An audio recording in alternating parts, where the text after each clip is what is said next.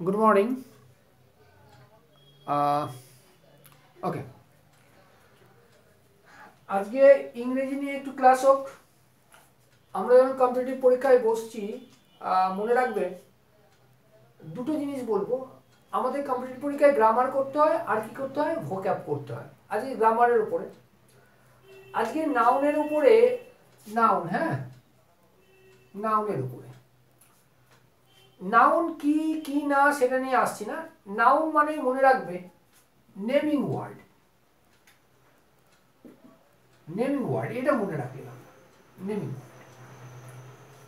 আজকে যে জিনিসটা তোমাকে বোঝাবো নাউনের দুটো ভাগ নিয়ে।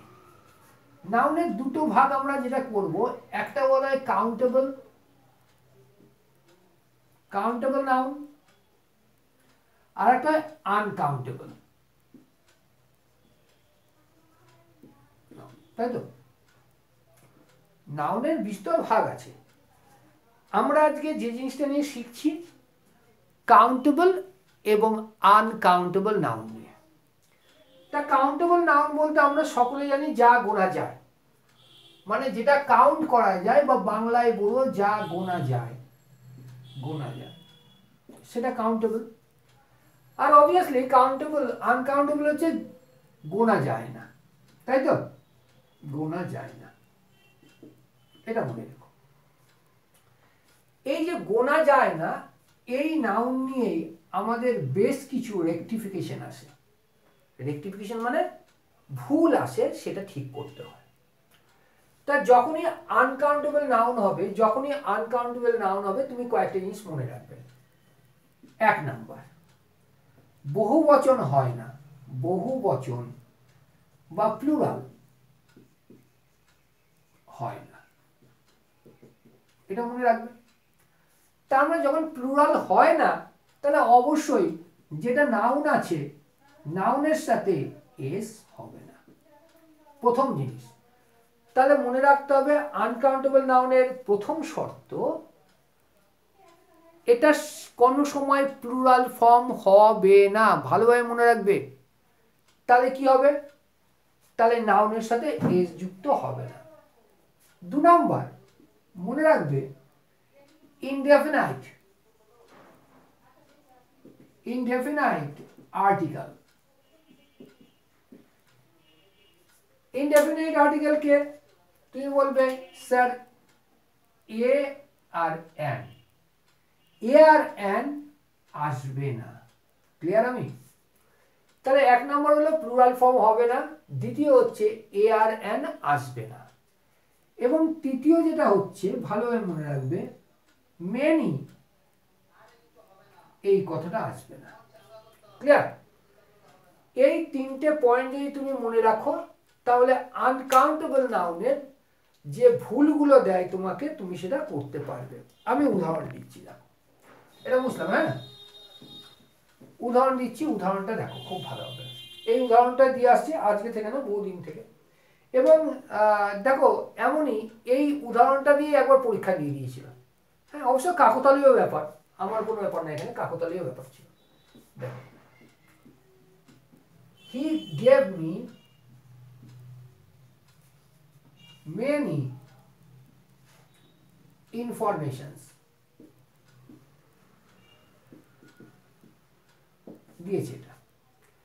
he gave me many informations, দেখলে মনে হচ্ছে সম্পূর্ণ বাক্যটা ঠিক আছে, কিন্তু বাস্তবিকে বাক্যটাতে ব্যাকরণগত বেশ কিছু ভুল আছে। প্রথম কথা, এই যে ইনফরমেশন, এই যে ইনফরমেশন, এটা হচ্ছে কি? এটা হচ্ছে নাউন। তাই তুমি বলবে স্যার নাউন কি করে বুঝবো? খুব ভালোভাবে দেখো, নাউন বলতে, নাউন বলতে হয় সাবজেক্ট বা অবজেক্ট, তাই তো? সাবজেক্ট, সাবজেক্ট কখন তুমি মনে করবে? বাক্যের প্রথমে বসে। আরো ভালোভাবে মনে রাখবে সাবজেক্টের পরে অবশ্যই ভার্ব বসবে। ক্লিয়ার? সাবজেক্টের ভার্ব, এবং ভার্বের পরে যেটা থাকে সেটাকে বলে অবজেক্ট। অবজেক্টের আগে অবশ্যই আর্টিকেল থাকতে পারে, প্রিপোজিশন থাকতে পারে। তাহলে মোট কথা সাবজেক্ট এবং অবজেক্ট দুটোই নাউন, অর্থাৎ প্রোনাউনে আসো সেটা কথা বলবো। এখানে হি দিলে প্রোনাউন হয়ে যেত। তাহলে সাবজেক্ট যেটা বলছি, সাবজেক্ট আর অবজেক্ট দুটোই নাউন, অর পসেসিভ প্রোনাউন অপ্রোনাউন। বাক্যের প্রথমে বসে সাবজেক্ট এবং সাবজেক্টের ঠিক পরে বসে ভার্ব, এবং ভার্বের পরে যেটা বসে সেটা হচ্ছে অবজেক্ট। এইটুকু মনে রাখবে। এবার তাহলে দেখো এটা তো ভার্ব, ভার্বের আগে যে আছে হি আছে, এটা তাহলে সাবজেক্ট এসছে। তারপরে কি আছে, তারপরে এটা দাও। তাহলে ইনফরমেশন এটা হচ্ছে নাউন। আরো একটু ভালোভাবে বুঝতে গেলে নাউন কি দেখো, লিখে রাখবে নাউন কি। মনে রাখবে TIONSIONMENT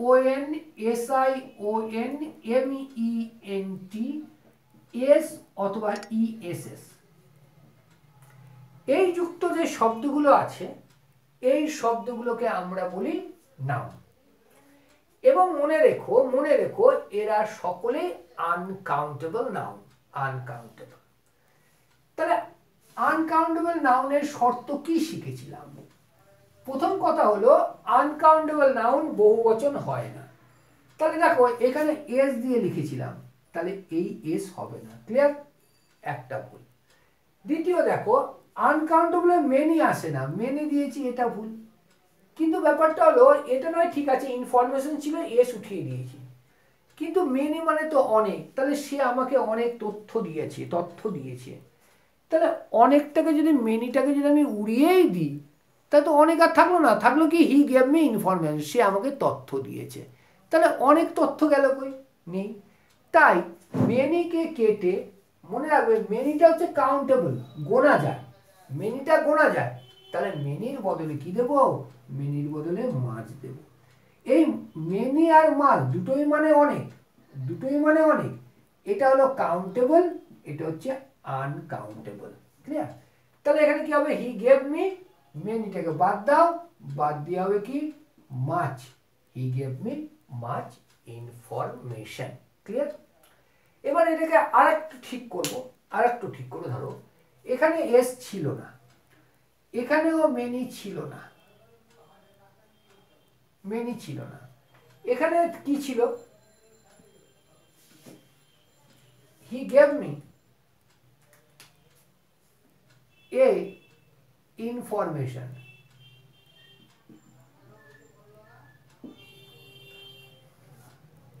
he gave me a information.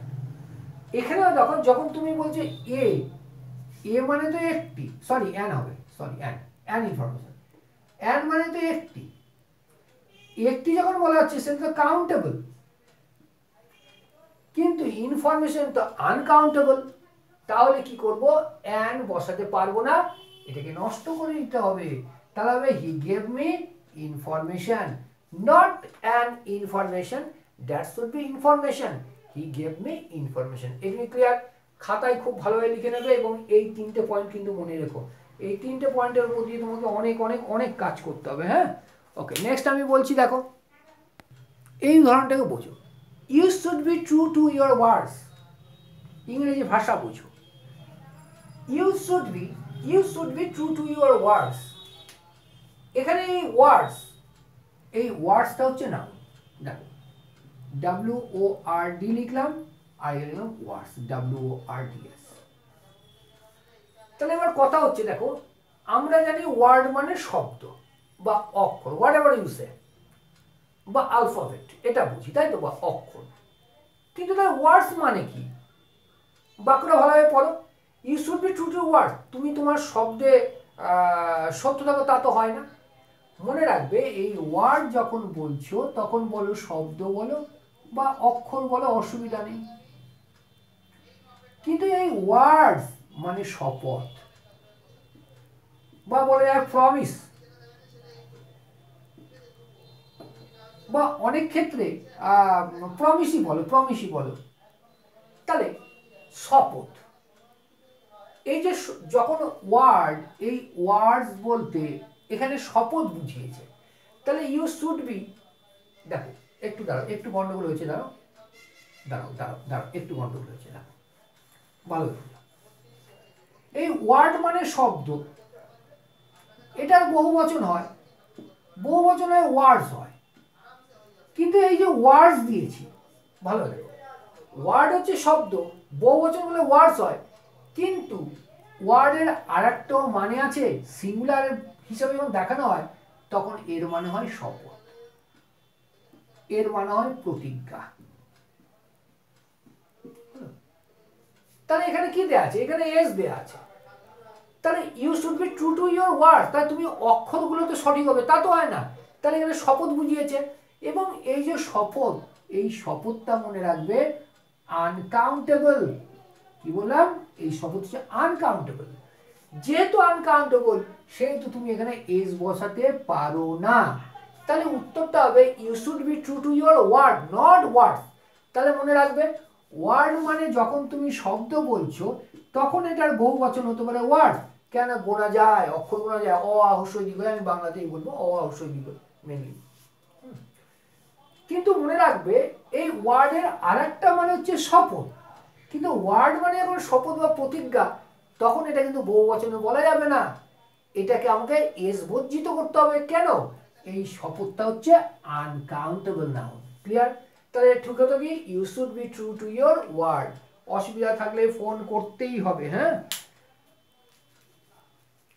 Next বলবো এবার এইটা দেখ, he was punished for committing many মিসচিভস। হি ওয়াজ পানিশড, তাকে শাস্তি দেওয়া হয়েছে, ফর কমিটিং, সে সংগঠিত করেছে, কমিটিং মানে সংগঠিত করা, মেনি মিসচিভস, মিসচিভ মানে দোষ। মনে রাখবে মিসচিভ মানে বলতে পারো, দেখো কিছুর সাথে মানে এম আই এস থাকে তখন সেটা নেগেটিভ ধরে নেওয়া হয়, নেগেটিভ, নেগেটিভ মানে খারাপ, নেগেটিভ খারাপ। তাহলে সে মিসচিভ করেছে মানে সে কোনো দোষ করেছে, এই মিসচিভটা মনে রাখবে এটা আনকাউন্টেবল, মিসচিভটা আনকাউন্টেবল নাউন। যেহেতু মিসচিভ আনকাউন্টেবল নাউন তাহলে প্লুরাল ফর্ম হবে না, সিঙ্গুলার ফর্মে দিতে হবে। দেখো প্লুরাল ফর্মে দেওয়া রয়েছে, এস রয়েছে, তাহলে এটা মিসচিভস হবে না, কি হবে, মিসচিভ, এইটুকুই গেল। কিন্তু খুব ভালোভাবে দেখো আর একটা ভুল আছে, কি, ওরা এখানে মেনি দিয়েছে, কিন্তু মেনি তো countable noun, many countable noun, তাহলে এখানে মেনি হবে না, তাহলে কি হবে, মাচ, MUCH, মাচ।